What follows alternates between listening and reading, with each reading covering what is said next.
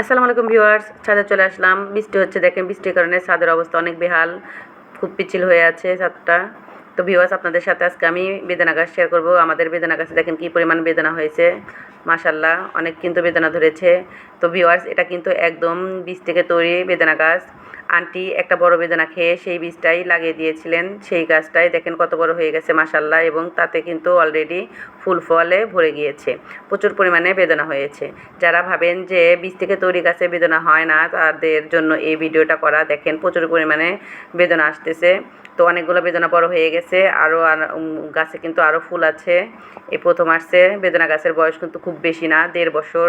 অনেকে ভাবেন যে বীজ থেকে তৈরি বেদানা গাছে ফুল আসতে ফল আসতে 5-7 বছর লেগে যায়।